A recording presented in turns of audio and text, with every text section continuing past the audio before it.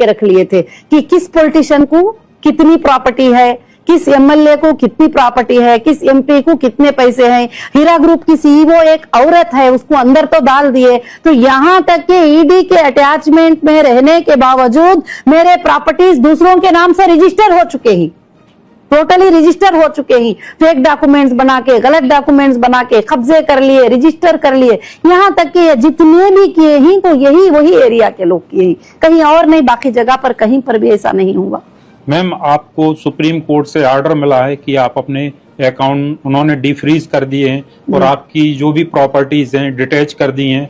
यहाँ तक कि आपको ये भी बोला गया कि आप अपने प्रॉपर्टीज के लिए बायर ढूंढें और उसको सेल करें। फिर आपको क्या दिक्कत आ रही है कि आप अपने इन्वेस्टर्स को पैसे देने में क्या प्रॉब्लम का सामना करना पड़ रहा है? देने के मामले में तो मैं ये कहूंगी कि जब सुप्रीम कोर्ट का ऑर्डर हुआ 240 अकाउंट जो हीरा ग्रुप के ही इनको डिफ्रीज करो, तो उसमें से जो अकाउंट को पॉसिबल हो सका डिफ्रीज किया एजेंसियों ने। कुछ एजेंसियों ने लेटर दिया और कुछ एजेंसियां जो महाराष्ट्र और आंध्र प्रदेश के जो भी एजेंसीज हैं, वो एजेंसीज ने लेटर नहीं दिए। तो कुछ अकाउंट जो है अभी तक उसके डिफ्रीज नहीं हुए। जिस अकाउंटों में डिफ्रीज हुए हैं कि डिफ्रीज होने के बाद में जो है हमने इन्वेस्टर को टोटल पेमेंट क्लियर करके सुप्रीम कोर्ट में उसका स्टेटमेंट सबमिट कर दिया है। मैम, जैसा कि आपने अपने वीडियो में बोला कि हाई कोर्ट के मामले का उल्लंघन हुआ है, तो क्या मामला है? जो हिंदुस्तान की सबसे बड़ी कोर्ट सुप्रीम कोर्ट के ऑर्डर से डीमार्केशन होती है, पुलिस प्रोटेक्शन में होती है, एजेंसियों के इसमें होती है, एजेंसियों के देखरेख में होती है। एजेंसीज के पूरे आईओस वहां अटेंड करते हैं और उनके अंदर वो उसका नाप सब होता है, डीमार्केशन होता है और उसके बाद हैंड ओवर करती है सुप्रीम कोर्ट और उसके बाद बायर को बेचने के लिए करती है। बायर खुद इम्प्लीमेंट होते हैं और उसमें खरीदने के लिए जाके बात करते हैं, तो उस चीज के ऊपर कब्जे जमाते हैं। तो जब मैं जाती हूँ पुलिस के पास कंप्लेंट लेकर, तो कभी मेरा कंप्लेंट होता नहीं है, ना कोई एक्शन होता है और वो उठा के पीछे डाल देते हैं। जैसे आपने सवाल किया कि जैसे एमआईएम का हाथ था, कि जाहिर से बात है कि केसीआर साहब के सपोर्ट के बगैर तो एमआईएम इतना बड़ा काम तो नहीं कर सकती थी। ईडी ने खुद तो इन्वॉल्व नहीं हुआ। सीसीएस ने 170 एफआईआर में उनको रिक्वेस्ट किया कि हमको समझ में नहीं आ रहे हैं ये ट्रांजैक्शन, आप चेक करो इसके बारे में। उसके बाद वो एंट्री हुए। मैम, इस वीडियो में आपने बोला कि यह प्रॉपर्टी मैंने अपने इन्वेस्टर्स के लिए रखी है, इसका क्या मतलब है? उनके पैसे कब तक लौटा पाएंगे? आपको मैं ये बात सच बताऊं, मेरे इन्वेस्टर के लिए प्रॉपर्टी नहीं, मेरा जान भी देने के लिए तैयार, मैं हमेशा के लिए तैयार हूं। प्रॉपर्टी मेरे लिए बहुत ही छोटी चीज है और प्रॉपर्टियां पूरे भी मेरे लिए बहुत छोटी चीज है।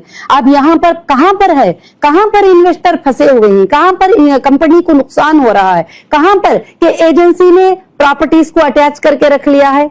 चलो भाई, हम कुछ प्रॉपर्टियां सेल कर देंगे और सेल करके इस मसले को हल कर देंगे, तो वहां अटैचमेंट आड़ आ जाता है, वहां अटैचमेंट आड़ आ जाते। चलो भाई, इसके अंदर अकाउंट्स हैं तो उसको फ्रीज करा के रखे हुए हैं। तो बहुत सारी चीजें हैं। तो क्या हीरा ग्रुप के पास नहीं है क्या? एजेंसियां के खेल जो इसके ऊपर चल रहे हैं, जो पॉलिटिशियन पीछे से पावर यूज कर, एक ही पॉलिटिशियन है जो पावर यूज कर रहे हैं, जो इतने लाख मुसलमानों की बर्बादी करने के लिए इतने लाख मुसलमानों को जो रुला रहे हैं। आज पूरे कोर्ट्स को ये बात पता है, पूरे लीगल को ये बात पता है कि कंपनी के पास अगर 100 रुपये देना है तो 1000 रुपये मौजूदगी, मगर देने के दरवाजे खोलने के लिए ये लोग पूरे पे अभी भी डालते, अभी भी वो आड़ आ गए, वो ऑब्जेक्शन कर लिए, ये ऑब्जेक्शन कर लिए। यही बात हो रही है। आज भी अल्हम्दुलिल्लाह खाली सिर्फ ईडी का अटैचमेंट हटा दें और आज भी ईडी का अटैचमेंट, तो कौन से सोर्सेस की कमी है हीरा ग्रुप के पास? कौन से सोर्सेस की कमी है? घंटों में खत्म हो जाएंगे सारे मसले, दिनों की जरूरत नहीं, घंटों में खत्म हो जाएंगे। सिर्फ एक वो ऑर्डर का इंतजार है सुप्रीम कोर्ट के, बस। मैम, जो भी आप आरोप लगा रही हैं पॉलिटिकल लीडर पे, तो उसके लिए आपके पास कोई प्रूफ है क्या? जी, प्रूफ तो बहुत सारा है। अभी यही मैंने बताया था कि 2012 का जो एफआईआर था उसको लेकर जो है मैंने 100 करोड़ का जो केस डाली थी, वो 100 करोड़ का केस भी जो है उनके ऊपर फाइनल हो चुका। यहाँ तक कि उन्होंने कहा कि नहीं, अब उनके ऊपर केस है, तो कोर्ट ने खुद कहा है ये केसेस, ये 100 करोड़ के केस से बचने के लिए बनाए गए थे। एक ऐसे 100 करोड़ के केस से जो है बचने के लिए बनाए गए थे, सब ने कहा। और ये पूरे हिंदुस्तान को क्या सबको मालूम है। अब जो इंटरनल एजेंसियां भी इस चीज को इन्वेस्टिगेशन कर रहे हैं, उन एजेंसियों को भी अब ये बात पता चल गई है कि किसके पीछे से किसका हाथ था, किसने जुल्म किया है हीरा ग्रुप के ऊपर। मैम, हीरा ग्रुप और उसके निवेशकों के बीच लेन देन का यह मामला कब खत्म होगा? आप इस अपने कारोबार को क्या फिर से शुरू कर पाएंगी? देखिए, अल्हम्दुलिल्लाह हीरा ग्रुप के जो मेंबर हैं वो मेरी फैमिली है। और 1998 से 2018 तक लगभग कितने साल हुए? 20 साल, 22 साल, 20 साल जी। एक दिन भी कभी मेरे मेंबर को, एक मेंबर को आके बोलने को बोलो कि हीरा ग्रुप ने हमें पेमेंट नहीं किया था, या हीरा ग्रुप ने जो गोल्ड यूनिट परचेस किए थे वो गोल्ड हमें सेंड नहीं किया था, और हीरा ग्रुप ने पेमेंट लेके हमें प्रोडक्ट नहीं दिया। एक छोटा सा कंप्लेंट भी 18 तक आप बता लीजिए, आप बता लीजिए। तो इतनी अमानतदारी और इतनी वफादारी से मैंने काम किया है।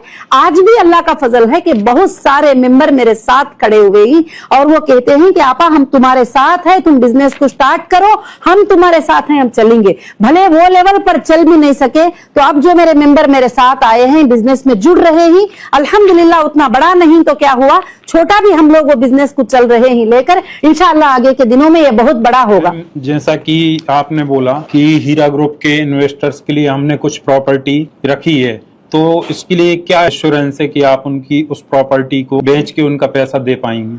अभी मैंने इसीलिए जवाब दिया कि हीरा ग्रुप की प्रॉपर्टी नहीं है, हीरा ग्रुप